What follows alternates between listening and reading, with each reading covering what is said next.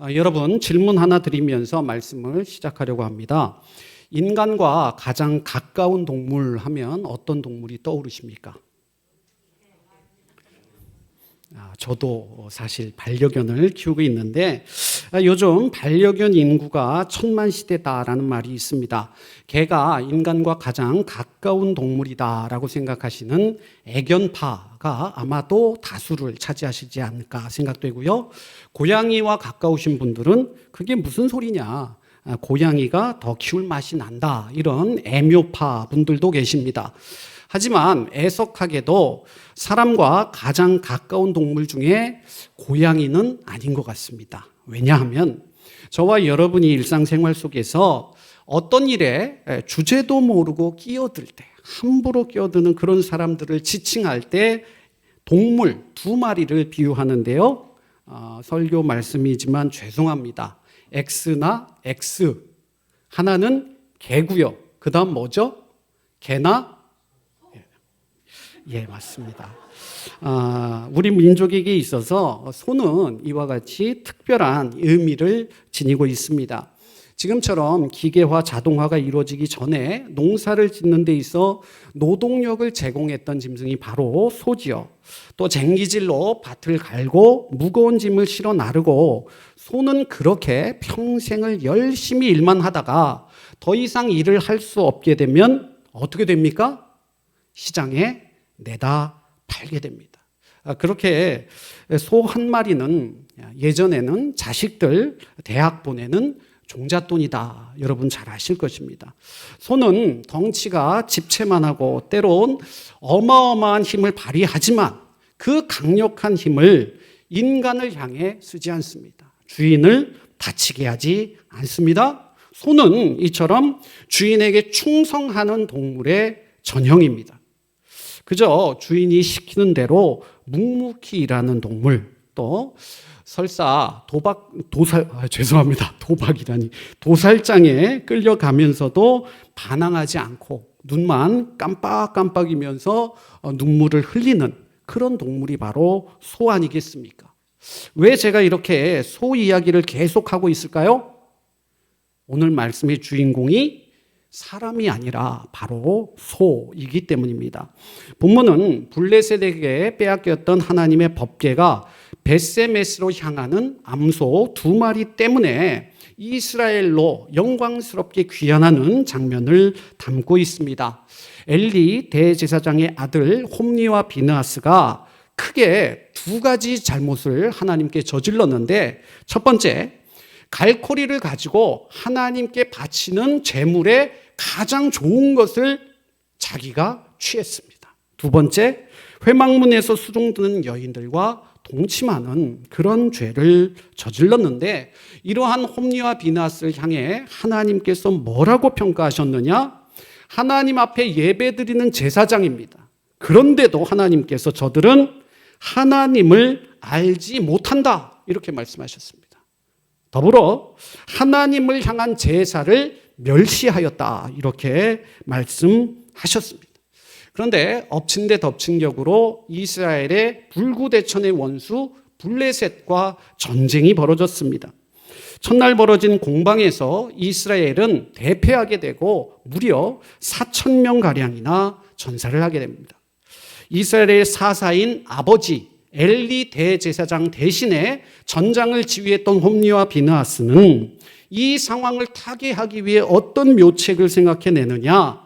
하나님의 성소인 실로에 있는 여호와의 법궤를 가져온다면 우리가 반드시 승리하게 될 것이다, 이러면서 법궤를 앞세우게 됩니다.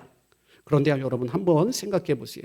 하나님을 알지도 하나님을 향한 제사를 멸시하는 이런 홈리와 비느하스가 결국 자신의 입지를 지키기 위해 하나님의 법궤를 앞세우게 됩니다. 우리가 보통 우상하면 다른 신들, 잡신들, 이런 걸 생각하기 쉬운데, 아무리 하나님께서 임재하시는 법궤라 할지라도 홈리와 비느하스가 사용하려 한 이 법궤는 우상이었습니다. 하나님을 나의 편의와 필요에 따라서 사유화하고 내가 생각하는 방식대로 사용하려고 한다면 그것은 분명 우상이다. 이렇게 하나님은 우리에게 말씀하십니다. 이스라엘 백성들이 호렙산에서 모세를 기다립니다. 근데 모세가 40일이 지나도 내려오지를 않습니다. 그때 무엇을 만들었느냐? 출애굽기 32장 4절 말씀 다 같이 읽겠습니다. 시작.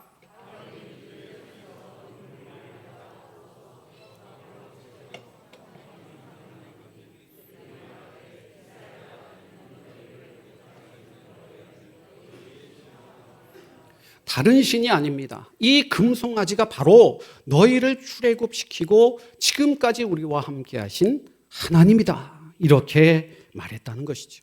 이러한 우상 숭배의 결과 전쟁터에 나갔던 홈리와 비느하스는 하루아침에 전사하게 되고 그 소식을 들은 아버지 엘리 대제사장은 그 충격으로 뒤로 넘어져 즉사하게 됩니다.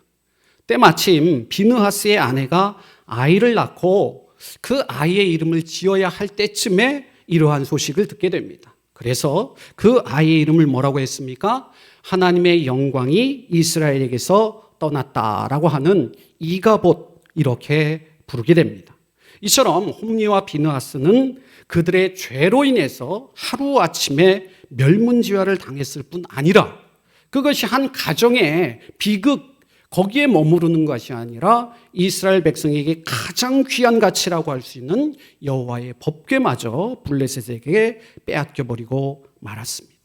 아까도 말씀드렸지만 오늘 본문은 이스라엘을 떠났던 이 법궤가 하나님의 영광이 다시 이스라엘로 돌아오는 그런 사건을 담고 있는데 여기서 제가 질문 하나 더 드리겠습니다.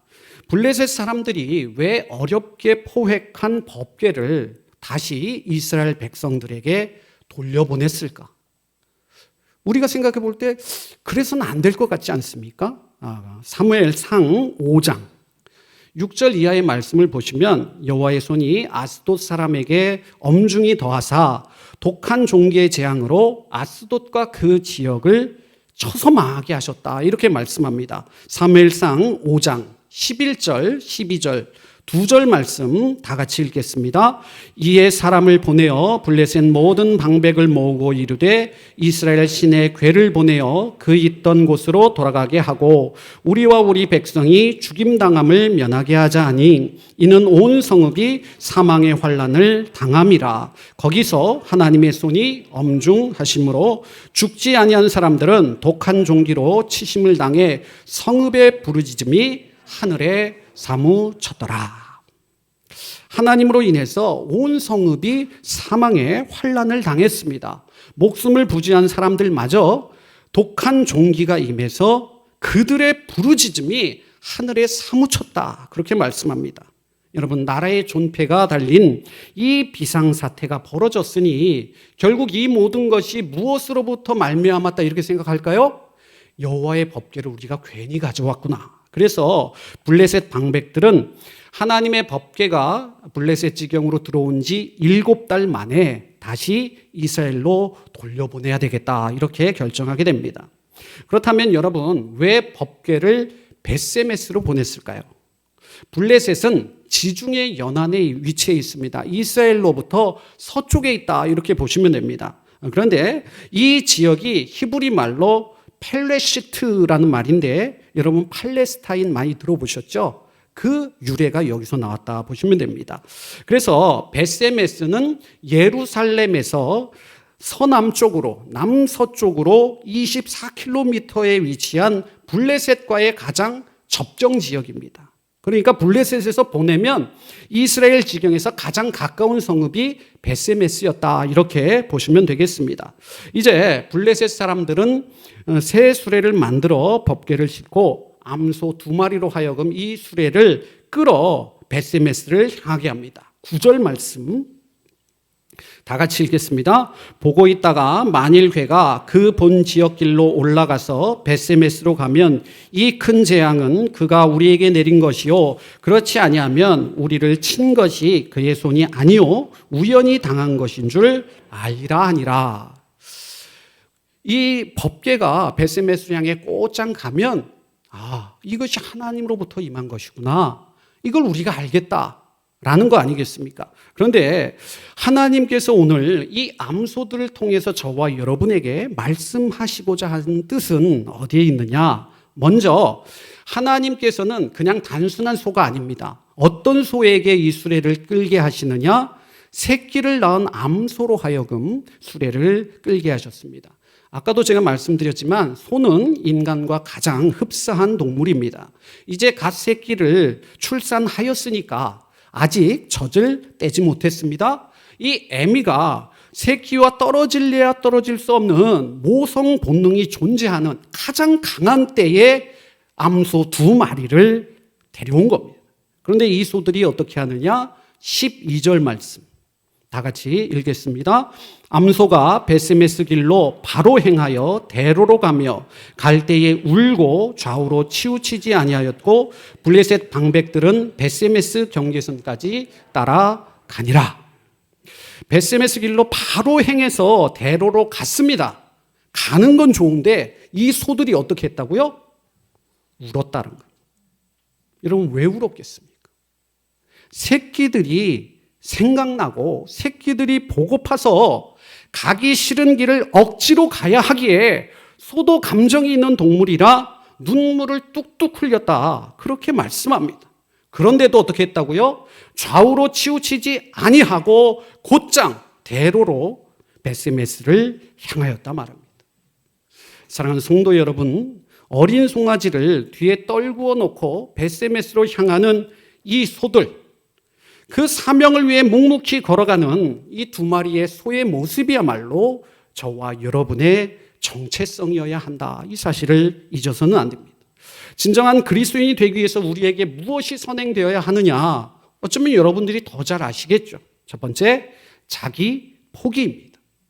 2마리의 암소가 아직 젖도 떼지 않은 새끼 소를 남겨두고 길을 재촉하는 것만큼 이 소들에게 힘들고 가슴 아픈 일이 또 있겠습니까? 그러나 엄마 소를 찾는 그 새끼들의 찢어질 듯한 그 애절한 웃음소리가 들려옴에도 불구하고 울면서 그 길을 바로 갔습니다. 하나님께서 저와 여러분에게 사명을 맡기셨습니다. 그저 기쁜 마음으로, 감사한 마음으로 그 길을 가시는 분들 혹시 이 자리에 계실지도 모르지만 우리의 삶에 그 자리가 녹록하지 않지 않습니다. 십자가의 길 때로는 울지라도 주님이 주시는 이 마음을 가지고 묵묵히 한 걸음씩 나아가실 때 주님께서 저와 여러분을 축복해 주실 줄로 믿습니다. 두 번째, 이 소들은 좌로나 우로나 치우치지 않고 표대를 향하여 똑바로 나아갔습니다.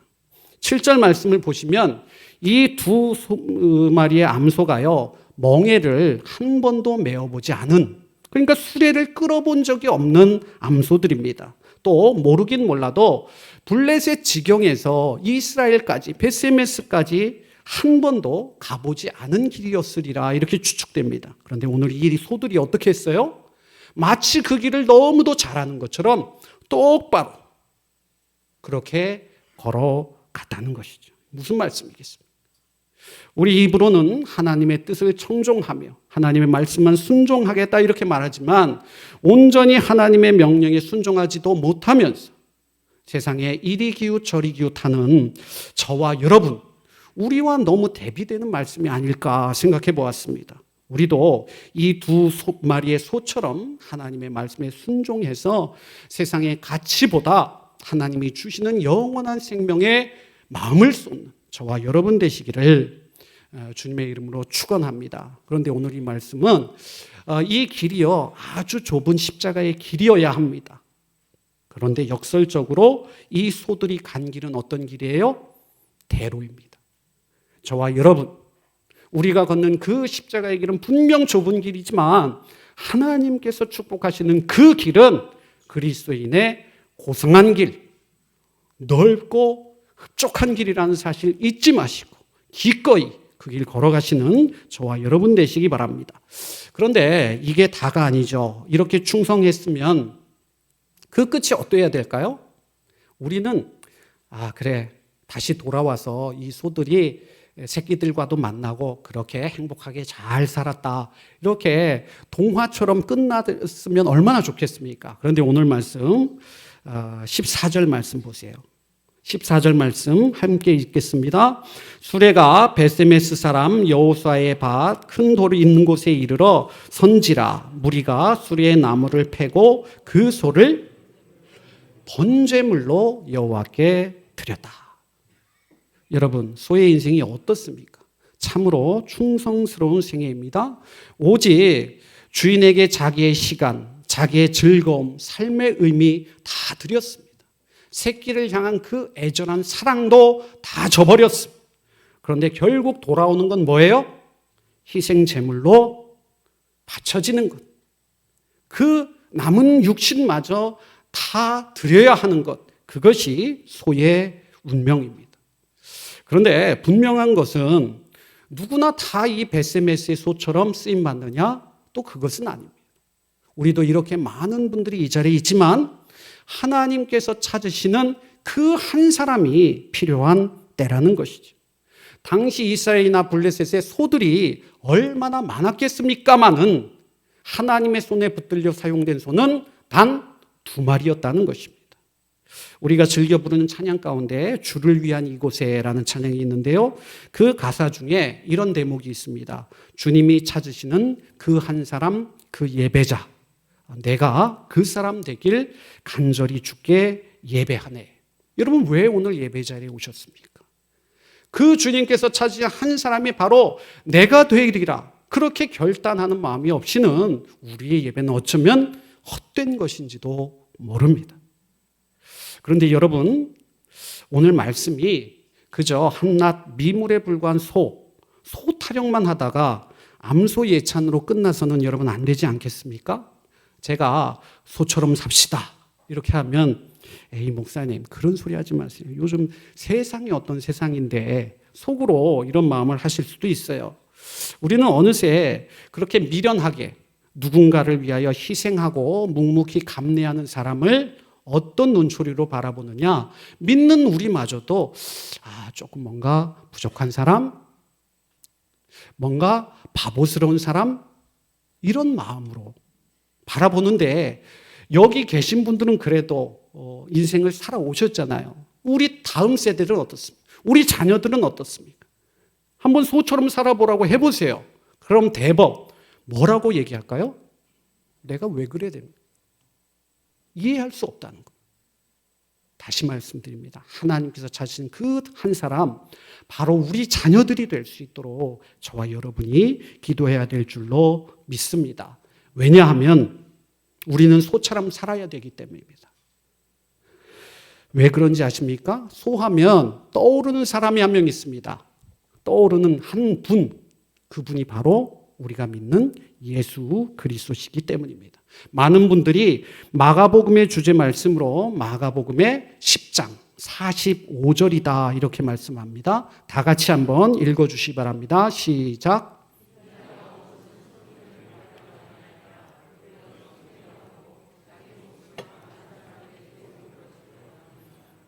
그래서 마가복음을 종으로 오신 예수님을 묘사하는 책이다 이렇게 학자들은 얘기하고요. 이 마가복음을 동물에 비유해서 소복음서다 이렇게 말합니다.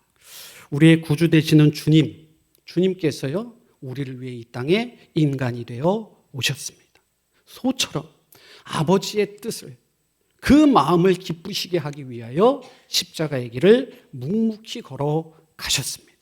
그 길을 통해 하나님께 번제물로 화목제물로 십자가를 통해 저와 여러분을 구원해 주셨습니다. 그렇기 때문에 우리 믿음의 유일한 본이신 예수님을 쫓아서 저와 여러분은 소처럼 살 수밖에 없다는 말이죠. 지난 2008년에 개봉했던 원앙소리라는 영화가 있습니다. 보신 분 혹시 계실지 모르겠는데요. 적어도 원앙소리라는 영화가 있다라는 소리는 한 번씩 들어보셨으리라 생각됩니다.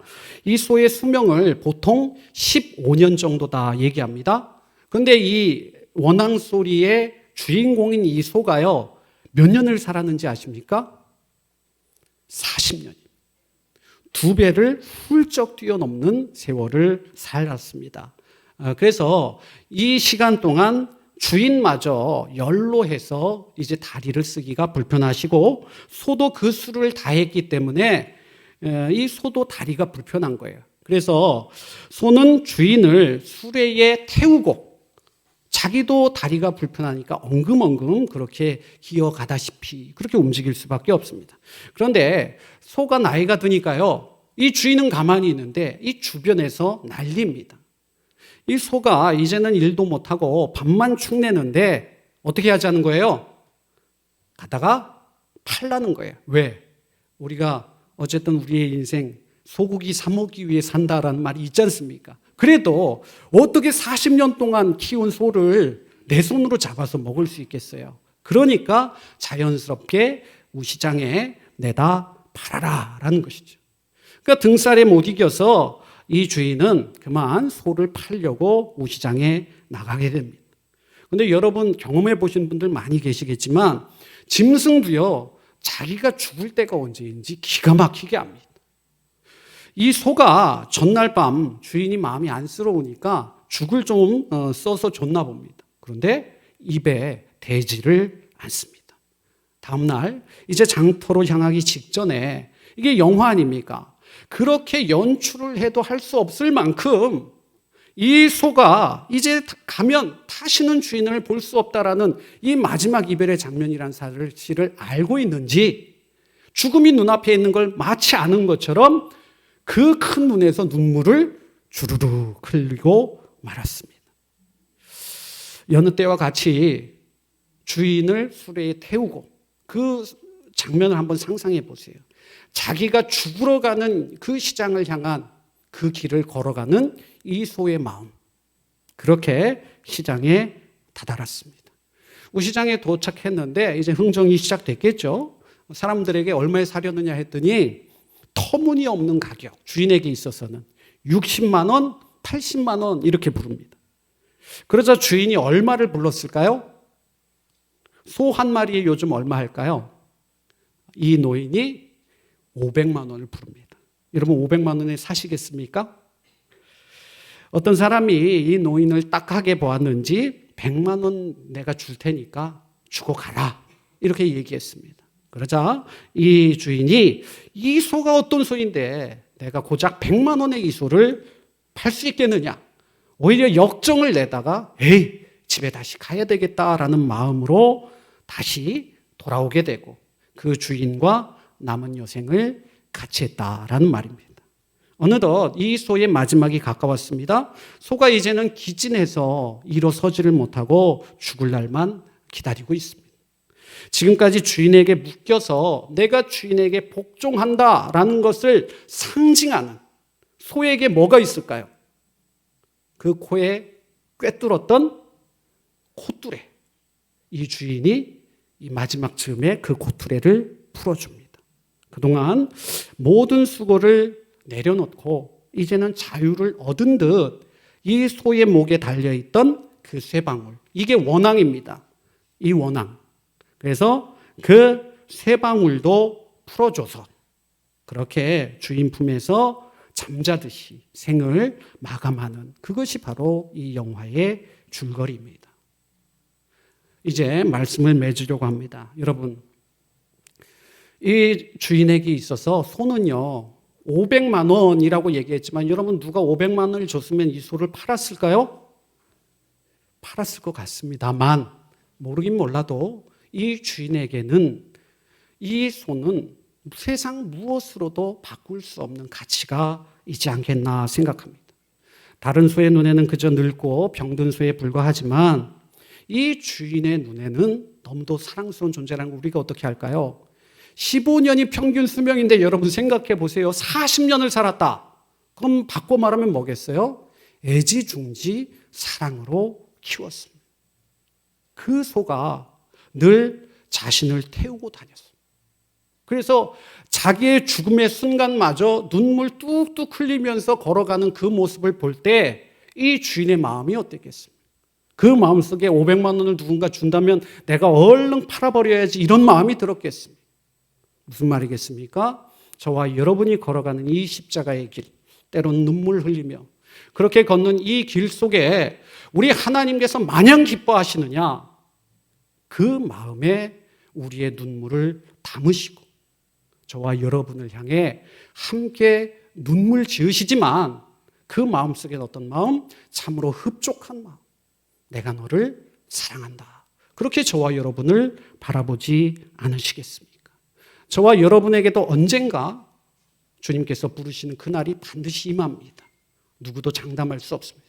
바로 그때 주님께서 우리를 만나주시고 저와 여러분의 눈에서 눈물을 씻어주시며 착하고 충성된 종이라 그렇게 말씀해 주실 줄로 믿습니다.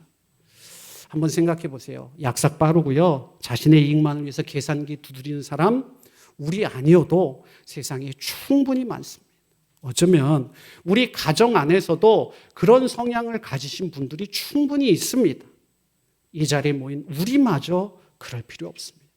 오늘 소처럼 주인에게 충성하며 우리에게 닥쳐온 이 고난의 순간들을 믿음으로 인내하시면서 울지만 그 길을 향해 똑바로 나아가실 때 하나님께서 저와 여러분을 통해 이스라엘의 영광을 회복시켜 주신 것처럼 지금 이 어려운 나라와 민족을 주님께로 되돌려 주실 줄로 믿습니다.